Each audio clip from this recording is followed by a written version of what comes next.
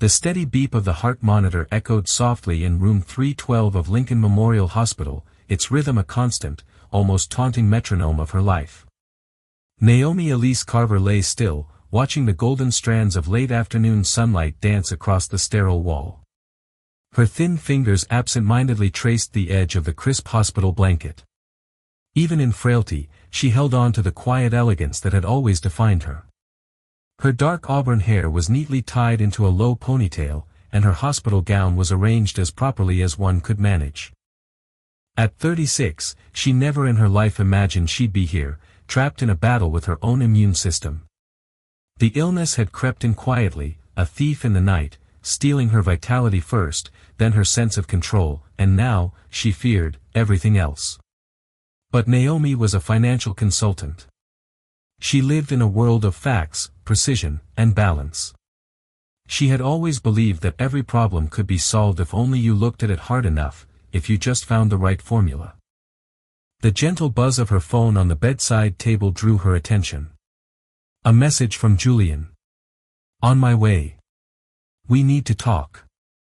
Just those few words were enough to make her stomach tighten into a cold knot. After 9 years of marriage, she had learned to read between the lines of Julian's carefully composed texts. Her husband, the ever-composed corporate strategist, never said or did anything without intention. The door creaked open and in stepped Nurse Deandra Wells. Her soft-soled shoes barely made a sound across the polished floor. Her coiled hair was wrapped in one of her signature navy scarves, and a rose-gold digital watch glinted on her wrist. As she adjusted Naomi's foreline, Deandra offered a brief, warm smile. "Vitals are improving today," she said, her voice warm yet firm. It was the kind of steadiness Naomi had come to rely on over the past several weeks. But then she paused, her head tilted slightly as she studied Naomi's face with knowing eyes. "Something's weighing on you." Naomi responded with a faint, strained smile. "Julian's coming." Deandra's expression shifted, just barely, but enough for Naomi to notice. "First time this week."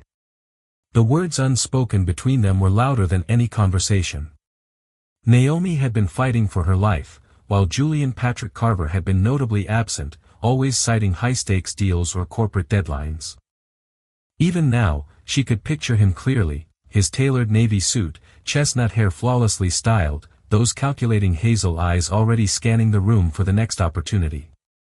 The sharp, confident sound of designer saws echoed down the hallway, drawing both women's eyes to the doorway. Julian stepped into the room, but he wasn't alone. Just behind him stood a younger woman. Her toned, athletic frame was hard to miss, even under the loose-fitting, high-end dress that did little to conceal her rounded belly. Time seemed to freeze as Naomi's hazel eyes traveled from Julian's carefully neutral expression to the woman's uneasy smile, then finally, landed on the unmistakable curve at her midsection. The realization struck with the cold, brutal exactitude of a spreadsheet audit. Julian cleared his throat, his voice adopting the same calm, dispassionate cadence he used in tense stakeholder meetings. "Naomi. This is Marissa Lane. We're expecting a child together." The heart monitor quickened slightly, the only outward sign that Naomi's internal world had just shattered into a million pieces. She had spent nearly a decade mastering the art of self-control, of being the quiet, solid foundation behind Julian's meteoric rise. Even now, her expression remained nearly unreadable. Marissa shifted awkwardly, placing a protective hand over her belly. "I told him this wasn't the right time or place," she murmured, her voice barely a whisper. "But there's never really a right time, is there?" Julian straightened his tie, a gesture of control in a situation rapidly spinning out of it.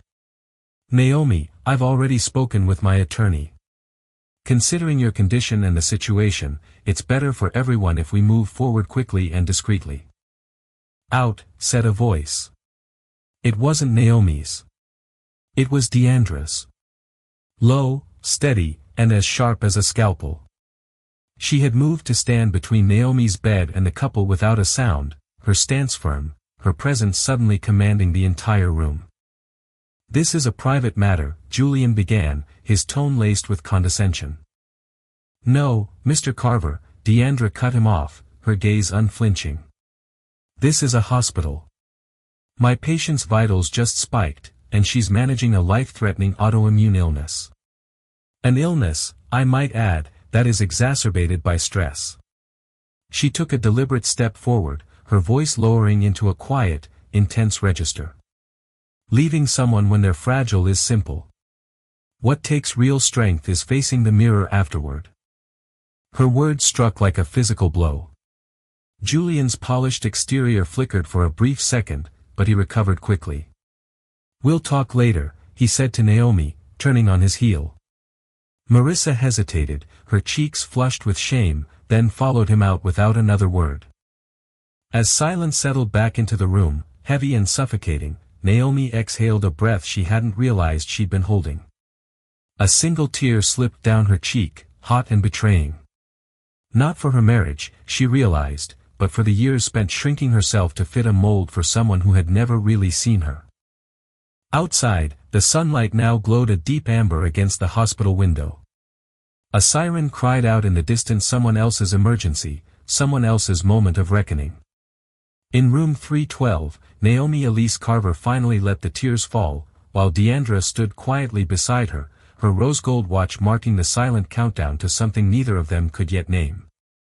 The fluorescent lights of Lincoln Memorial's pharmacy buzzed overhead as Naomi stood in line, gripping her discharge documents. 3 days had passed since Julian's visit.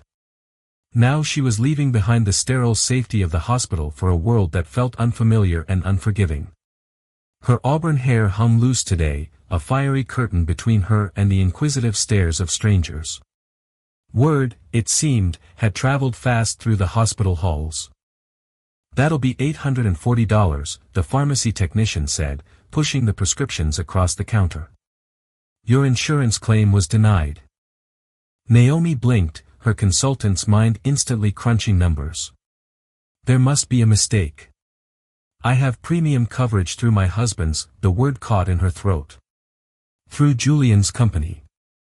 The technician hesitated, her tone softening with a pity Naomi couldn't stand. "The policy was cancelled about 2 weeks ago." 2 weeks ago.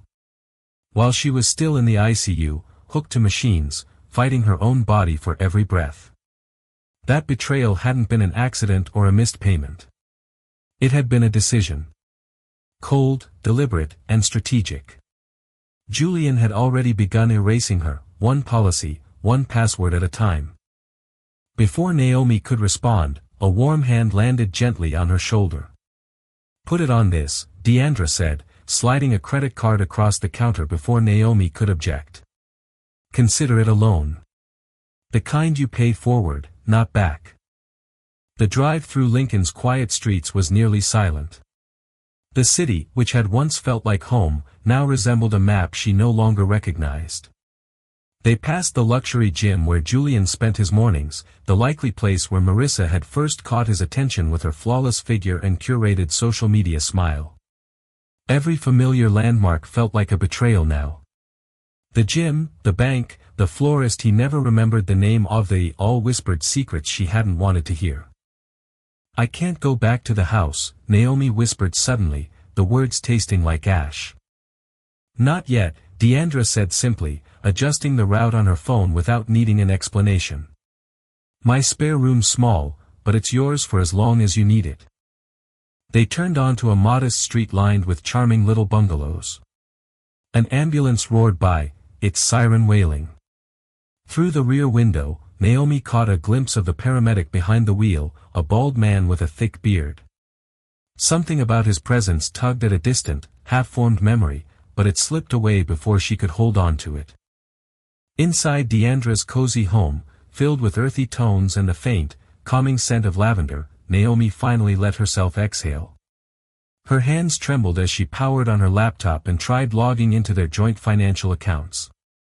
"The passwords aren't working," she said, her eyes narrowing. Her professional instincts, dormant for weeks, fired instantly. "Of course they're not," Deandra said, setting a mug of chamomile tea beside her.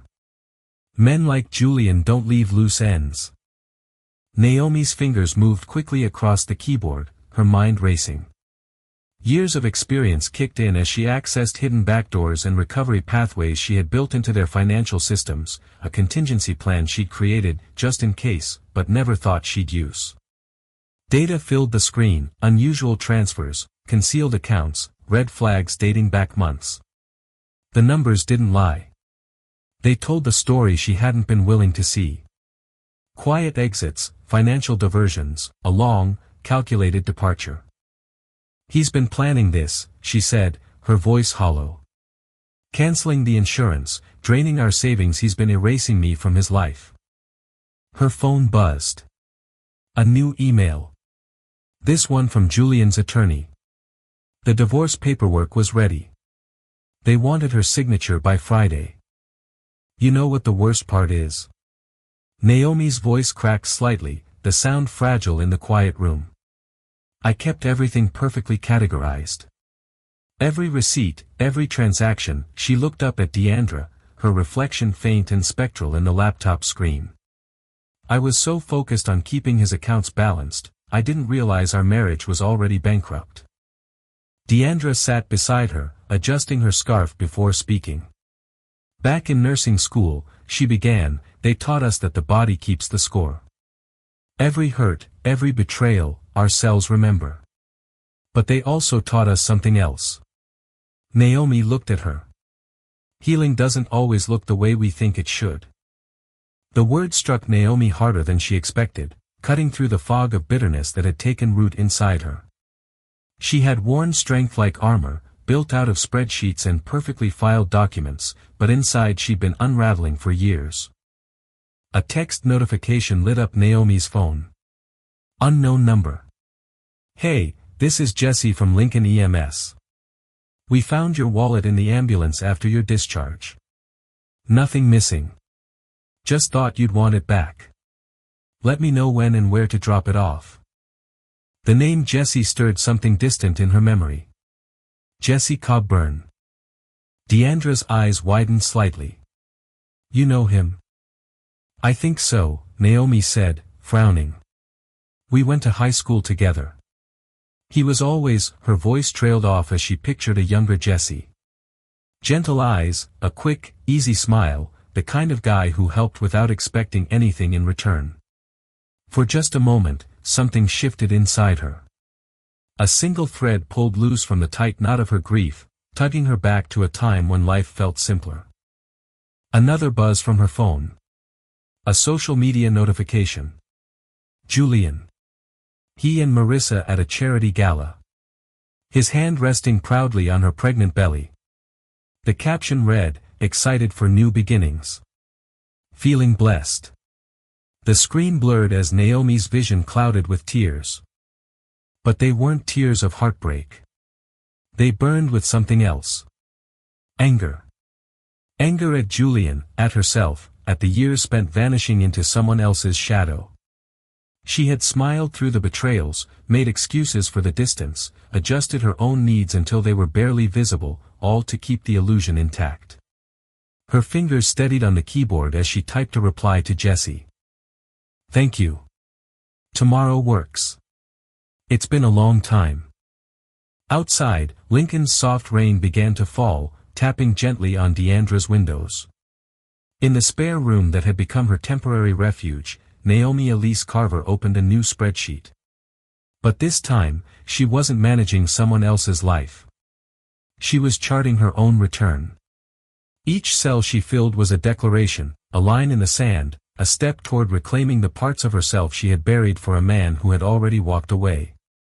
Jesse Coburn's ambulance sat idle outside Buddy's diner, its red and white exterior catching the dim Lincoln morning light. Naomi watched it from her booth, both hands curled around a coffee mug she hadn't touched. She'd chosen this diner on purpose, a world away from the polished lives of Julian and his country club friends. Here, there was no chance of a run-in. The bell over the door jingled, and Jesse walked in, still in his paramedic uniform from an overnight shift. The fluorescent lights overhead made his quiet confidence stand out.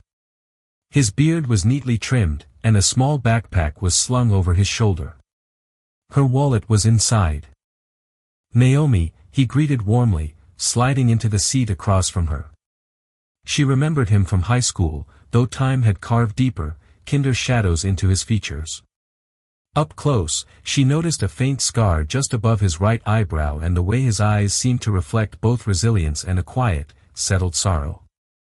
"Thanks for finding my wallet," Naomi began, but Jesse shook his head gently. "I didn't just find it," he admitted, retrieving it from his bag. "I saw your name on the ID and decided to hold on to it myself.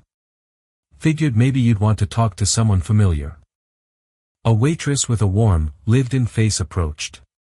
Her name tag read Dorothy, and she carried a pot of coffee along with a knowing smile. "The usual, Jesse. Haven't seen you in here a few days. Been on night shifts, ... But yeah, the usual." He glanced at Naomi's untouched cup. "And maybe a fresh pour for both of us." Dorothy's sharp eyes landed on the hospital discharge bracelet still clinging to Naomi's wrist. "Coffee's not always great with meds, honey. How about some chamomile instead? My daughter swears by it when her lupus flares up." Before Naomi could even respond to the woman's uncanny intuition, a child's voice rang out from behind the counter. "Daddy!" A little girl, no more than 5, bounded toward them from a booth where she'd been coloring beside an older waitress.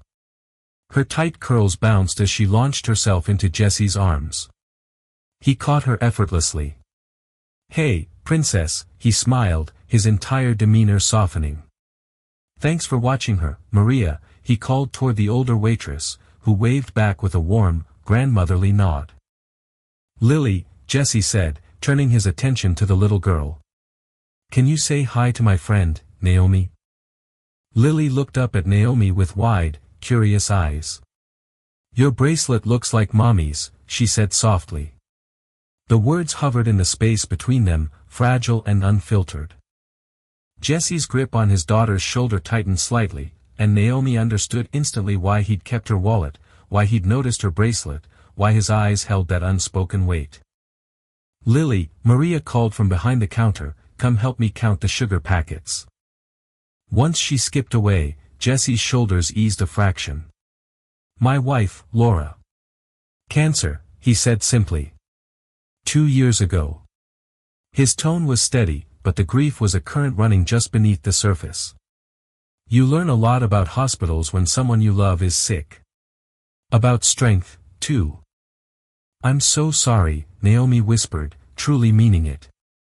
Her own crisis suddenly felt small in comparison. "Don't be," Jesse said, his voice gentle but firm. "Pain's still pain. Just because someone else's seems bigger doesn't make yours any less real." Her phone buzzed on the table. Another message from Julian's lawyer, another terse reminder about the divorce papers. Naomi's hand trembled slightly as she turned her phone face down. "Want to talk about it?" Jesse asked, his voice low and free of pressure. And surprisingly, she did. The words spilled out about Julian, about Marissa, about the slow, methodical unraveling of her life, the financial sabotage, the cancelled insurance, the betrayal disguised as strategic planning. Jesse didn't interrupt. His presence was as steady and reliable as a heartbeat. "You know what's strange?" Naomi said finally, as Dorothy quietly placed a mug of chamomile tea in front of her. She wrapped her hands around it, letting the warmth seep into her cold fingers. "Everyone keeps saying they're sorry about Julian, but I'm realizing I'm not just grieving him. I'm grieving who I let myself become with him. Quiet, polished, invisible." Jesse's eyes met hers, and they were filled with an unexpected recognition. "I remember you in high school," he said.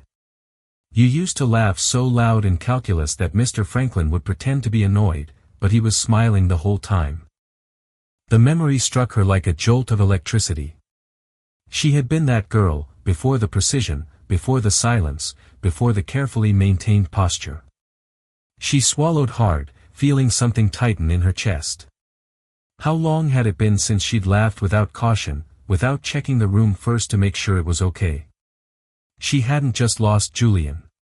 She'd lost her spontaneity, her comfort in her own skin. Her phone buzzed again. An email from her doctor. Follow-up appointments, treatment plans, bills she couldn't possibly cover without insurance. Reality landed with a thud. "I should go," Naomi said, reaching for her wallet. Jesse gently stopped her. "I've got it," he said, then added quickly, "not as a handout. As a friend." He pulled a business card from his own wallet and scribbled something on the back. "My cell. And Lily's dance recital is this Saturday. Nothing fancy, just a bunch of 5-year-olds in glittery tutus. If you want a break from all this." Naomi looked down at the card, then up at Jesse, this man who had lost so much and still had space for kindness, who didn't try to fix her, who remembered who she'd been before life had dimmed her light. A part of her hesitated, unsure if she deserved this kind of uncomplicated goodness. It felt like touching something too fragile, too rare. What if she broke it, too? Outside, Lincoln's morning fog was finally clearing, revealing strips of blue sky between the clouds. From behind the counter, Lily waved goodbye, her smile missing 2 front teeth. For the first time since she'd walked out of that hospital room, Naomi felt something shift inside her, like a window cracking open, just enough to let the light in. She slipped Jesse's card into her wallet, placing it right beside the fractured remains of her former life. Healing, she was beginning to understand, sometimes started by remembering who you were before the world told you to disappear. The law office lobby gleamed with calculated perfection, chrome, glass, and a heavy, oppressive silence. So much like Julian himself, Naomi thought. She sat upright in a black leather chair, her simple blazer a stark contrast to the parade of designer suits flowing past. Her fingers ran along the edges of the divorce documents, each page a paper cut slicing into what remained of her dignity. "Mr. Carver will see you now," the receptionist called, using that certain, dismissive tone reserved only for soon-to-be ex-wives. Naomi stood, squared her shoulders. Her morning meds had left her joints stiff, but she refused to show it. Her heels clicked with quiet defiance as she walked down a hallway lined with abstract artwork, pieces likely worth more than her entire year's income.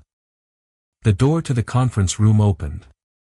Julian stood by the window, looking like a man torn from a corporate profile feature. His lawyer, Richard Walsh, sat at the massive mahogany table, documents aligned with surgical precision.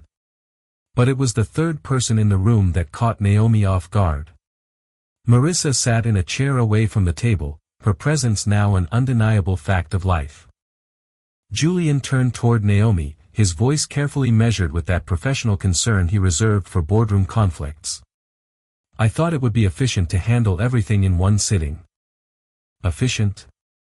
Naomi echoed softly, the word turning bitter in her mouth. She took her seat, setting her own folder neatly on the polished table. The figures she had uncovered from their accounts burned in her mind like damning evidence. Richard Walsh began sliding documents across to her. "Mr. Carver has been more than generous with the proposed settlement, given the circumstances." "The circumstances?" Naomi interrupted, her voice dangerously calm. "You mean the circumstances of him canceling my health insurance while I was in the hospital? Or perhaps," she continued evenly, "the circumstances of him systematically shifting our joint assets into private holdings?"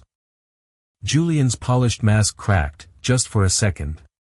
"That's not." "I'm a financial consultant, Julian," Naomi said, opening her folder and spreading out pages of transfer logs, account summaries, and routing details.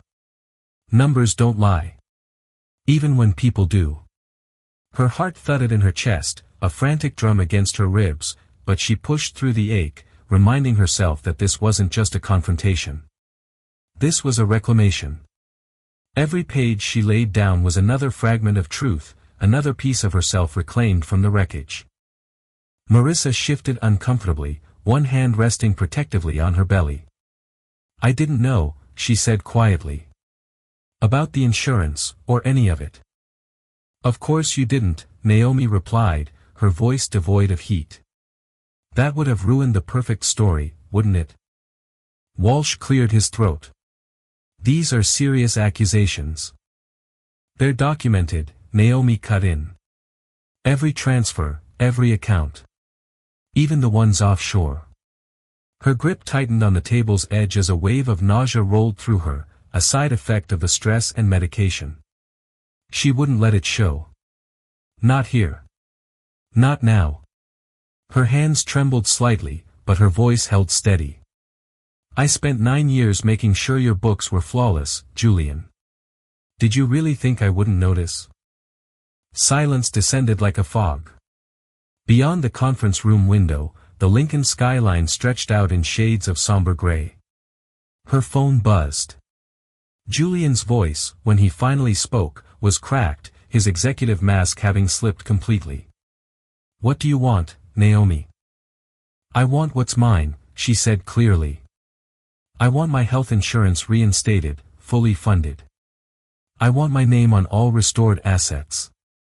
And I want my fair share of everything we built. Together. She turned her gaze to Marissa. And I want you to know exactly who you're choosing to trust. Marissa's face went pale. Julian, she said, turning to him. What is she talking about? She's upset, he began, but Naomi slid another sheet of paper across the table. It was a public record of a marriage license, one Julian had kept buried. A previous union he'd never mentioned, one that ended in sealed court documents and quiet, non-disclosure settlements. Pattern recognition, Naomi said softly. It's what financial analysts do best.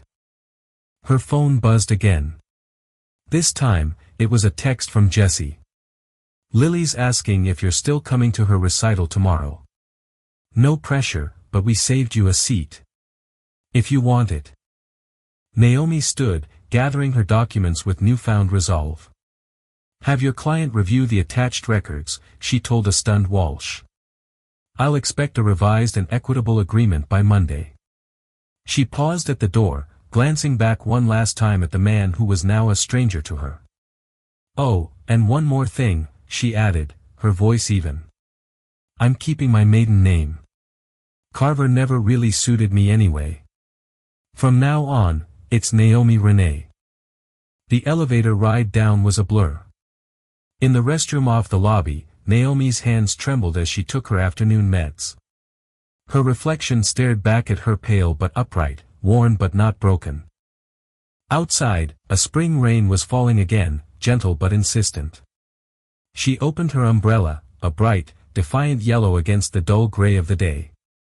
Her phone lit up with another message from Jessie. Grabbed you a chamomile tea from Buddy's. It's in the ambulance fridge if you need a friend. A small smile curved her lips. It was the first one in a long while that felt like it came from her, not from obligation. She'd spent so long trying to be the perfect wife that she'd forgotten how to simply be herself. Maybe, just maybe, she could start relearning, beginning with a dance recital tomorrow. The community center auditorium buzzed with an infectious inertia whirlwind of laughter, camera clicks, and the rustle of 5-year-olds in tutus. Naomi hesitated in the doorway, clutching a small bouquet of daisies she'd picked up for Lily. Her body still ached from the emotional battlefield of yesterday's meeting, but she had doubled her dose and steeled herself. She would not miss this. You came. Lily's voice rang out over the chatter. She rushed forward, her sparkly pink tutu bouncing with every step. Dark curls had escaped what was likely once a carefully done ballet bun. Jessie followed closely behind, smiling sheepishly and holding what looked like a mini hair styling kit. Daddy can't do French braids, Lily announced matter-of-factly, eyeing Naomi's sleek ponytail with undisguised hope. Can you help? Jessie rubbed the back of his head. I've watched, 50 YouTube tutorials, but they all end up looking like a bird tried to build a nest in her hair. Something soft and warm bloomed in Naomi's chest. She crouched beside Lily, ignoring the protest in her joints. I'd love to help, she said, then offered the daisies. These are for after your show. Lily's eyes lit up. Like real ballerinas get? Exactly like that. The changing room was a chaotic symphony of sequins, hairspray, and last-minute touch-ups. But in the middle of it all, Naomi found a pocket of calm. Her fingers worked through Lily's hair in smooth, practiced motions, muscle memory guiding her. She hadn't done this in years, not since summer camp, not since quiet moments with her own mother so long ago. "Did you do ballet, too?" Lily asked, trying to sit still. "No," Naomi said gently, separating a section of hair. "But I used to play the piano. I had recitals just like this." "What happened? Why did you stop?" The question was so innocent that it caught Naomi completely off guard. When had she stopped? Somewhere between becoming Mrs. Carver and maintaining Julian's polished image, her music had been pushed aside. First, her piano became a piece of decor, then it was sold off when they updated the living room. "Sometimes," she said, her voice gentle, "we forget the things that make us happy because we're too busy trying to make other people happy." A knock at the door revealed Jesse, looking both amused and a little relieved at the transformation of his daughter's hair. "They're calling places in 5, he said, then paused as he took in Naomi's work. "You're a magician." "Daddy, Naomi used to play piano." Lily tugged at his sleeve. He was still in his uniform, straight from an ambulance shift. "Can she come see the one at our house? The one that used to be Mommy's?" Jesse's expression shifted, a complex mix of sorrow and thankfulness. "Let's get through your big moment first, Princess." He reached into his pocket and pulled out a small, delicate silver charm bracelet. "This was your mom's, from her first recital. Grandma thought you should wear it today." As he fastened it gently around Lily's tiny wrist, Naomi felt like she was witnessing something sacred. She turned to step away, to give them their moment, but Lily's small hand grabbed hers. "Stay," she said softly. Her eyes held a kind of quiet wisdom well beyond her years. "Daddy says it's okay to make new memories and still keep the old ones safe." The auditorium lights dimmed. Jesse rested a hand on Lily's shoulder. "Break a leg, Princess." "Not literally. I've seen enough of those today." Lily giggled and threw her arms around Naomi in a sudden, fierce hug before running off to join her group. The purity of the gesture almost brought Naomi to tears. "You okay?" Jesse asked as they moved to their seats. "I'm just tired," she began, the default phrase she'd used for years with Julian. But Jesse's quiet, steady presence made her reconsider.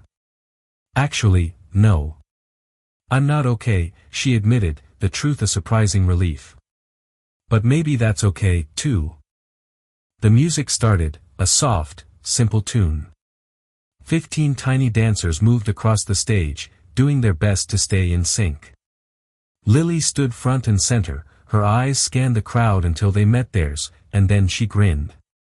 It was a look of pure joy, untouched by courtrooms, insurance claims, or emotional wreckage. Naomi's phone buzzed. A message from Julian's lawyer with a revised offer. She turned it face down without checking. This moment the laughter, the happy tears, the music didn't belong to anger. It belonged to healing. "Thank you," she whispered to Jesse as Lily spun into a wobbly peak. "Thanks for coming," he replied, his own voice thick with emotion. It's been a while since, he didn't finish the sentence. He didn't have to. It had been a while since his daughter had someone to braid her hair, since he'd had someone to share these quiet joys with, since easy laughter had filled their small world without effort. On stage, Lily's bracelet caught the light. Old memories and new hope spun together in rhythm, a delicate balance of past and future. And in the dark of the auditorium, Naomi felt something shift within her, like a door unlocking after years of silence. Like music returning to a piano left untouched for too long. Some healing, she was learning, didn't come in grand declarations, but in small, sacred moments, a borrowed piano, braided hair, a bouquet of daisies, and the quiet courage to begin again. Rain tapped softly against the windows of Jesse's modest craftsman home, giving the evening a quiet rhythm of its own. Naomi sat at Laura's piano, a beautiful upright Yamaha, its wood worn smooth by memory and care. Her fingers hovered over the keys, trembling slightly from the night's medication. "No pressure," Jessie said from the kitchen doorway, drying a dish with the kind of practiced ease that came from routine. "Lily's just excited to finally hear someone make music on it instead of noise." 2 weeks had passed since the recital. 2 weeks of exchanged texts, quick hellos at Buddy's diner, and Lily's relentless, charming invitations. "Come see our piano now." And now, here Naomi was, in a house that still carried faint traces of sorrow, but somehow felt wrapped in healing, too. "I haven't played in years," Naomi admitted, but her fingers instinctively found middle C. The note rang out, clear and familiar, awakening something long buried within her. "Play something." Lily burst in from the living room, homework forgotten. "Please. Daddy says Mommy used to play every night." Jessie froze for a half second, hands still on the dish towel. "Lily." "It's okay," Naomi said gently, understanding both the child's raw innocence and the father's instinct to shield her. Her fingers settled on the keys, finding the opening chords to Für Elise. Muscle memory overrode the years of silence. The melody filled the room, tentative at first, then stronger, more confident. Naomi fumbled a few notes, stumbled through parts that once flowed effortlessly, but the imperfection made it more human, more hers. Lily sat on the floor beside the piano bench, completely still, mesmerized. Jessie leaned against the doorframe, his expression unreadable, woven with history, pain, and something that looked like gratitude. The last note faded just as Naomi's phone buzzed insistently on the piano lid. A text from Deandra. 911, turn on the local news. Now. Jessie reached for the remote. The small TV in the corner flickered to life. The headline made Naomi's blood run cold. Local executive under investigation for financial fraud. Julian's corporate headshot filled the screen, his practiced smile now looking unsettling and hollow beneath the bold, breaking news banner. The reporter's voice overlaid the last echoes of the piano music. Allegations of systematic fraud involving corporate healthcare funds and financial embezzlement. Sources indicate the probe began after irregularities were discovered in employee insurance accounts. "Breathe," Jessie said, suddenly beside her, his voice low and grounding. "Just breathe."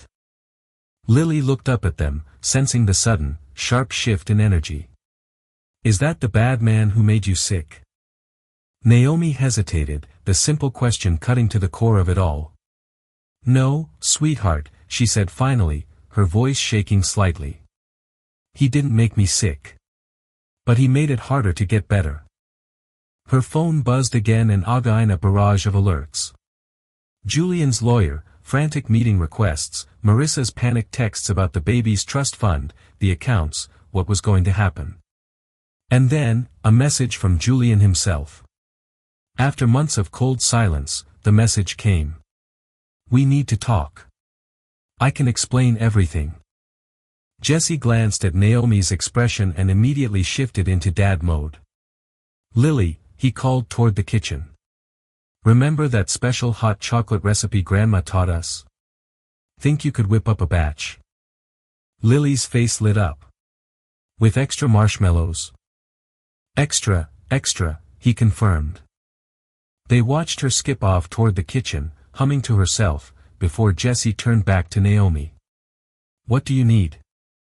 The question was so simple, so direct, and yet no one had asked her that in ages. Not during her diagnosis, not during Julian's betrayal, not during the chaos of courtrooms or settlement negotiations. Her fingers drifted back to the piano keys, playing a hesitant, fractured melody. "I need to not run away this time," she said finally. "When things got hard with Julian, I shrank. I went quiet. I can't do that again." Jessie sat beside her on the piano bench, leaving just enough space between them for comfort. "You know what we tell people in emergencies?" he asked gently. "Focus on the next breath. Just the next one. Everything else comes later." From the kitchen, they could hear Lily softly singing as she prepared the hot chocolate. The sound cocooned them, gentle and safe against the storm raging on the television and on her phone. "I have to talk to him," Naomi said, her voice steadier now. "Not for him. For me. I need to finish this on my own terms." Jesse nodded. "Want backup?" "I'm decent in a crisis." Despite everything, a small smile touched her lips. "Actually, would you mind if I stayed here a bit longer?" "Just playing." Her hands moved across the keys again, more surely this time, gently coaxing out bits of old melodies. "Music's always been how I make sense of the world." "Stay as long as you need." He stood and walked toward the kitchen to oversee Lily's marshmallow counting efforts. Some things had to be faced alone, but she was learning that facing them didn't mean she had to be alone. The TV still blared updates in the background, but Naomi let the music rise above it. With each note, her fingers unlocked pieces of herself, parts long buried and forgotten. Outside, Lincoln's rain kept up its quiet rhythm. And somewhere in the kitchen, a little girl was measuring sweetness by the marshmallow. Tomorrow would bring lawyers and accusations, questions and consequences.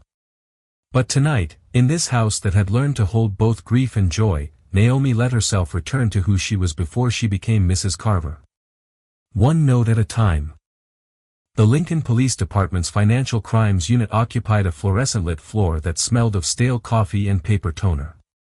Naomi sat upright in a stark interview room, her analytical mind automatically noting everything: the security cameras in each corner, the water-stained ceiling tiles, the insistent ticking of a wall clock that was far too loud. Detective Marina Hayes studied the documents spread across the table, all printed copies of what Naomi had uncovered in Julian's accounts. Hayes wore a dark pantsuit and sensible shoes, the kind of no-nonsense wardrobe choice made by a woman who, like Naomi, had learned how to survive and thrive in male-dominated spaces. "Mrs. Carver." "Miss Renee," Naomi corrected gently, the name feeling more hers with each use. "I've reclaimed my name." Hayes gave a small, respectful nod. "Miss Renee, these records, they're incredibly detailed." She looked up from the table, her eyes sharp and intelligent. "You documented everything." "I'm a financial analyst," Naomi replied. "Numbers tell stories, if you know how to listen." Her hands trembled slightly as she reached for her water bottle. The morning's medication was fading, but she couldn't risk another dose. Not yet. She needed to stay clear, focused. "And what story do these numbers tell?" Naomi inhaled deeply. "That my ex-husband wasn't just stealing from me. The insurance fraud, the offshore transfers, it was systematic. It affected other employees, other families." The door opened. Naomi's breath caught in her throat. Julian walked in, flanked by Richard Walsh and another detective. His polished facade was cracked, the expensive suit rumpled, his chestnut hair disheveled. "This is highly irregular," Walsh began, but Detective Hayes cut him off. "Your client requested to speak with Miss Renee. We're honoring that, under supervised conditions." Julian's hazel eyes met Naomi's. They held none of their usual cool calculation, only raw desperation. "Naomi, please. You have to help me explain. The board, they don't understand." Her voice, when she spoke, surprised even herself with its steadiness. "What about the employees?" she asked. "The families who lost their coverage because of you? Their children?" "It wasn't like that. I was reallocating funds to protect our investments. Our future. Our future." She almost laughed, a bitter, hollow sound. "You canceled my insurance while I was fighting for my life in a hospital. You were building a future with Marissa." He blinked, visibly shaken by the direct hit. "Marissa left," he admitted, his voice unraveling. "After the news broke. She said she couldn't trust me, couldn't risk it." For a fleeting moment, Naomi saw him. Not the titan of industry from glossy brochures, not the cold-hearted manipulator, but just a man watching his carefully constructed empire collapse around him. She should have felt vindicated. Instead, what stirred in her was something closer to pity. Her phone buzzed in her pocket. A message from Jesse. "You've got this. We believe in you." The "we" made her smile, a small but genuine expression. It made her think of Lily, probably insisting Jesse include her in the message. "I can't help you, Julian," Naomi said finally. "Not this time. You don't understand what this will do to me." "I understand exactly what it will do," Naomi said, meeting his eyes without flinching. "I understand because I lived through my own collapse. The only difference is, I fell alone in a hospital room. You chose this." Detective Hayes began gathering the documents, but Naomi wasn't done. "The names in those files," she said, her voice ringing with a strength she hadn't known she possessed. "They're not just numbers. They're people. People who trusted you, who believed in the system you exploited. They deserve the truth." Walsh started to interject, but Naomi stood, her presence filling the small room. "I kept your secrets for 9 years, Julian. I made myself smaller so you could feel bigger. Not anymore." She turned to Detective Hayes. "I'll testify. Whatever you need. Those families deserve justice." The door opened again. Another officer entered, speaking quietly to Hayes. Julian was being moved to another room for further questioning. As they led him away, he looked back at Naomi, and this time, she saw it clearly. Real fear. Outside the Lincoln precinct, the spring air smelled faintly of rain and renewal. Naomi's body ached, demanding rest and medication, but her spirit felt lighter than it had in years. Deandra stood by her car, still in her nursing scrubs, having clearly come straight from her shift. "Thought you might need a familiar face." "Thank you," Naomi said, the words encompassing so much more than just the ride. Her phone buzzed. A photo from Jesse. It was Lily at the piano, her face scrunched in concentration as she carefully plinked out, "Twinkle, twinkle, little star," one hesitant note at a time. "You know," Deandra said as they drove through Lincoln's busy streets, "in nursing, we're taught that healing isn't always about getting better. Sometimes, it's about getting stronger, right where the breaks happened." Naomi stared out the window, watching the city drift past. A hospital room, a betrayal, a piano bench, a police interview room. Every crack she had once feared had somehow let in the light.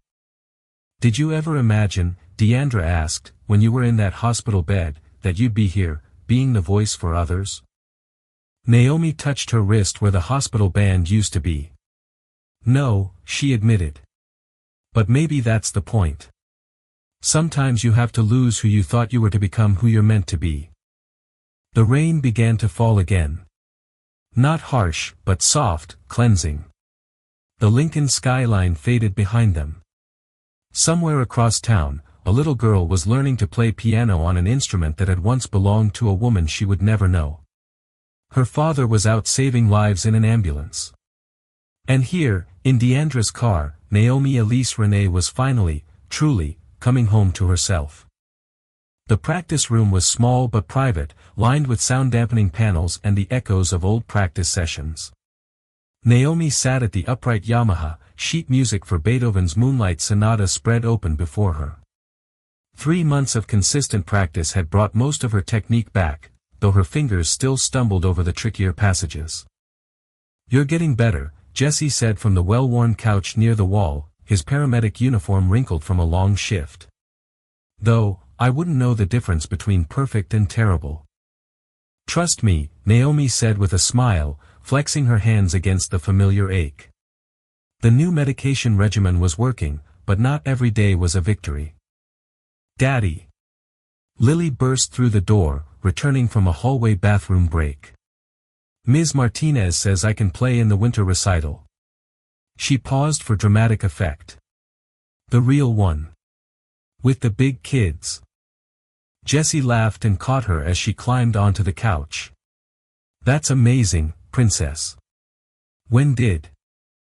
A knock at the practice room door cut him off. Through the small window, Naomi saw a familiar face, one she hadn't expected to see here. Marissa. Her pregnancy was now in its final, heavy months. The room went still. Lily pressed closer to Jesse, sensing the shift in energy. Jesse stood, his protective instinct already kicking in, but Naomi gently touched his arm. "It's okay," she said quietly. "I need to do this." Marissa stepped in hesitantly, her stylish maternity outfit unable to hide her profound fatigue. "I'm sorry to interrupt," she said. "The receptionist told me I might find you here." Jesse nodded, his expression softening with understanding. "Lily, how about we go find those chocolate chip cookies we saw in the cafeteria?" Once they were gone, Marissa remained standing, one hand protectively cradling her belly. "I've been trying to figure out how to reach out," she began. "After everything, the investigation, Julian." "Sit," Naomi offered, noticing how unsteady she looked. Marissa eased into the chair, her eyes already glistening with unshed tears. "I didn't know," she said softly. "About the fraud, about the other families, about what he did to you. I feel so stupid." "You're not stupid," Naomi said gently. "Julian's an expert at showing people only what he wants them to see." "I had an interview with the police yesterday," Marissa said, her voice breaking. "Apparently, the trust account he opened for the baby, it was funded with stolen money." She choked back a sob. "I don't know what to do. My family won't talk to me. My clients are gone. And I'm about to have a baby whose father may be in prison." Naomi's fingers found the piano keys again, letting them play something soft and gentle. "When I was in the hospital," she said, "someone very wise told me that healing doesn't always look the way we expect it to." "How do you do it?" Marissa asked, her voice desperate. "How do you rebuild?" "One day at a time," Naomi said. "One truth at a time."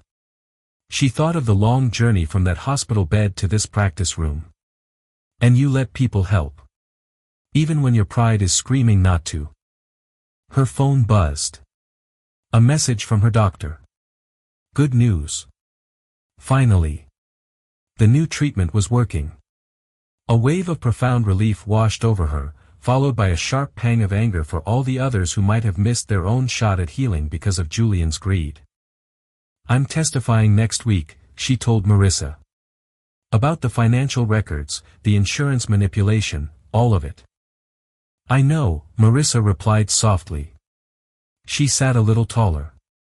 "They asked me to testify, too." She glanced down at her stomach. "I want them to know their mother chose the truth, even when it wasn't easy."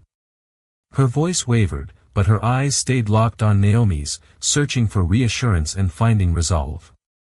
The practice room door creaked open, and Lily peeked in, a chocolate chip cookie in hand. "Daddy said to ask if it's okay to come back."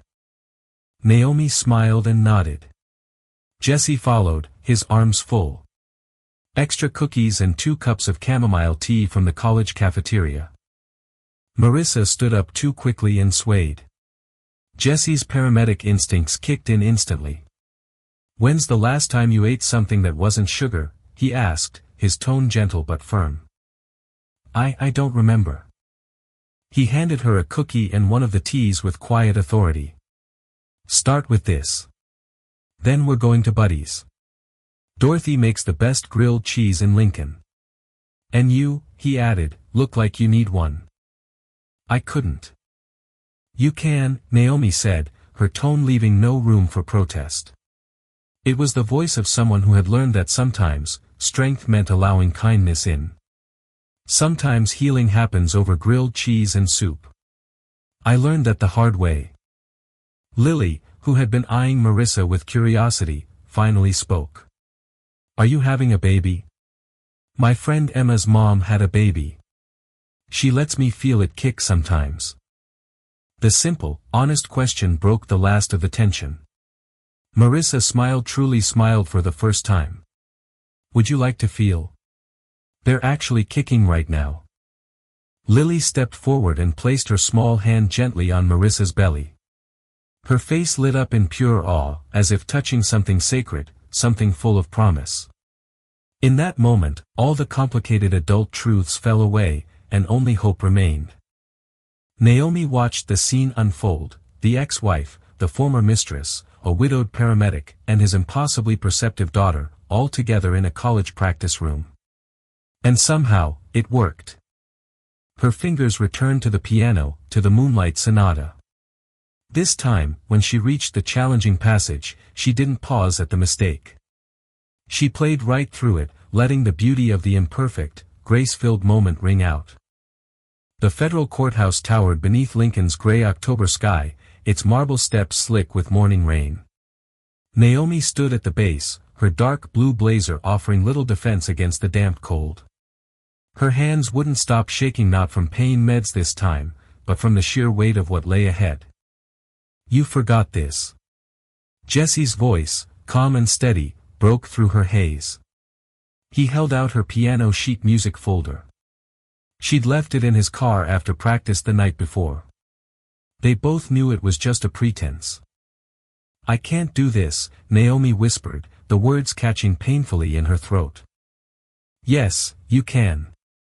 Jesse stepped closer, an anchor in the storm. "Want to know how I know?" Before she could answer, a small voice called out. "Naomi."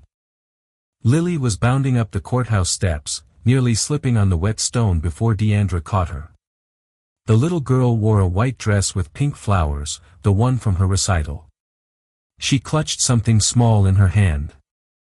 "Sorry we're late," Deandra said, adjusting her scrubs under a rain jacket. She'd clearly come straight from a shift.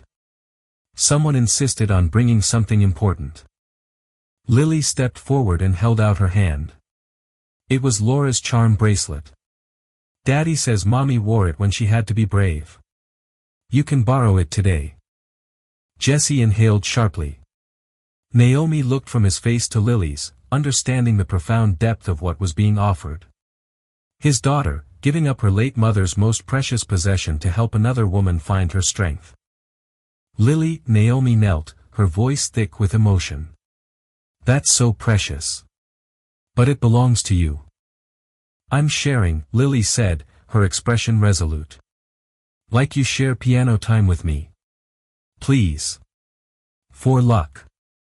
Her small hand, clutching the bracelet, trembled ever so slightly, but her gaze was unwavering. With trembling fingers, Naomi allowed the little girl to fasten the bracelet around her wrist. The courthouse doors opened, and Marissa emerged, her face pale but her back straight. Her pregnancy was now almost full term, her hands resting protectively over her belly. "They're ready," she said softly. "Julian's legal team is trying to negotiate one last deal to avoid testimony." Naomi felt the old fury stir, but it was different now, sharper, more purposeful. She looked at the people who had gathered around her, Jesse, who had shown her what real strength looked like, Lily, offering borrowed courage in the form of silver charms, Deandra, who had seen her at her worst and never looked away, and Marissa, choosing truth over safety. They weren't just witnesses to her pain. They were the architects of her recovery. Inside the courtroom, Julian was already standing, ignoring his lawyer's protests. "Your Honor," his voice rang out. "Please, if I could just speak to my ex-wife," Naomi corrected, her voice clear and steady as she walked to the witness stand. Laura's bracelet caught the overhead light as she raised her right hand to be sworn in. "Miss Renee," the prosecutor began, "can you walk us through the events of April 15th, when you were admitted to Lincoln General?" Naomi looked directly at Julian, not with hate, but with unwavering honesty. And then she spoke. The hospital room, the betrayal, the cancelled insurance, the hidden accounts, each word stronger than the last, each date and dollar amount precise and damning. "And what made you decide to come forward?" the prosecutor asked. Naomi reached down and touched the charm bracelet on her wrist. "I realized," she said, her voice calm and even, "that staying silent wasn't protecting anyone. That sometimes the bravest thing you can do is tell your story." She paused, her gaze steady. "Not for revenge. But because the truth matters." From the gallery, Lily beamed. Jesse watched quietly, a hand resting protectively on his daughter's shoulder. Deandra dabbed her eyes with her sleeve. Marissa sat tall, ready for her own testimony. Julian's polished mask had fully cracked. When he tried to meet Naomi's gaze, searching for a sliver of the woman he once controlled, she met his look but did not yield. "One last question, Miss Renee," the prosecutor said. "How has this experience changed you?" Naomi thought of the upright piano in Jesse's living room, of Lily's dance recital, of chamomile tea in a red vinyl booth at Buddy's. She thought of improved lab results, of strength returning to her joints, of music flowing back into her life. "It taught me," she said, "that when everything falls apart, you discover what you're really made of. And that healing it isn't just about getting better. It's about becoming whole, in a different, stronger way." Outside, Lincoln's rain had finally paused. A sliver of sunlight filtered softly through the high courthouse windows. The verdict hadn't come yet, but in that moment, Naomi knew it wasn't just about justice. It was about voice, about truth, and about the kind of strength that is passed down, shared, and made stronger in the sharing. 1 year later. The lights of Lincoln's Community Center auditorium shimmered like captured stars. Naomi sat at the grand piano, her fingers confident and fluid as the final, resonant notes of the Moonlight Sonata echoed through the hushed hall. There was no more hesitation, no more fractured melodies, only music. In the front row, Lily, now 6, bounced on the edge of her seat between Jesse and Deandra. Her hair was braided neatly, and Laura's charm bracelet returned to its rightful owner after the trial glittered on her small wrist, now holding new stories alongside the old ones. As the crowd applauded, Naomi met Jesse's eyes across the room.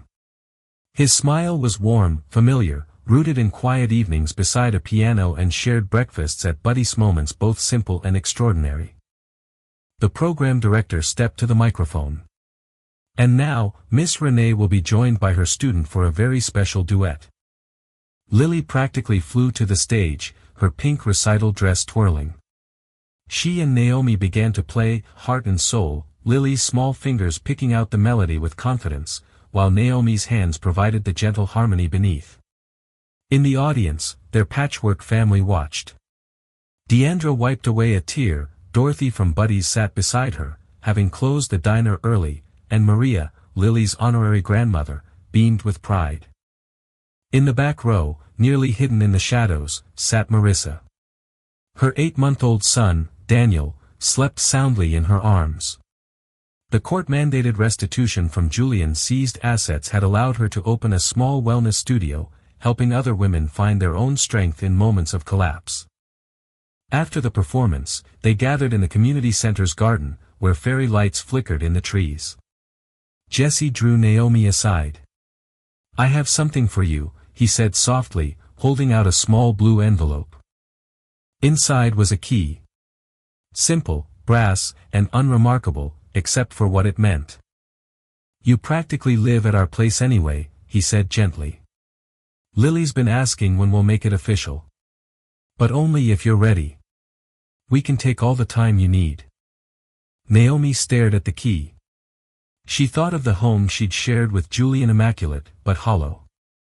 Jesse's home full of warmth, Laura's piano, and Lily's drawings taped to the fridge had taught her what a home could really be. "Yes," she whispered, then louder, with a conviction that came from her very soul. "Yes." Lily appeared like magic between them. "Does this mean you'll be here every morning for pancakes and piano and everything?"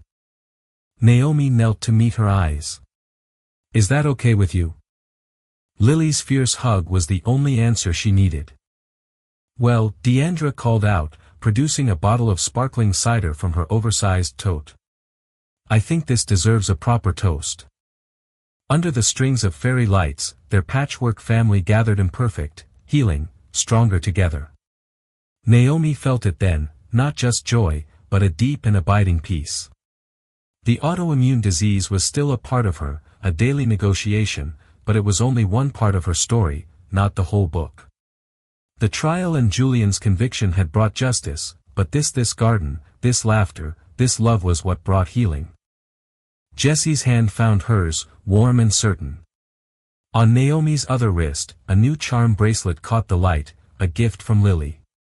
It had a single charm, a tiny, perfect key. "Ready to go home?" Jesse asked softly. Naomi looked around at the family they had built. Her gaze drifted to the window of the auditorium, to the piano that had once belonged to Laura, but was now theirs, the beating heart of a home filled not with memories of loss, but with the promise of music yet to be played. "Yes," she whispered, and she meant it with every healed, reclaimed part of her soul. "I'm already there." So, the story is over. Our wonderful friends, are you still here with us?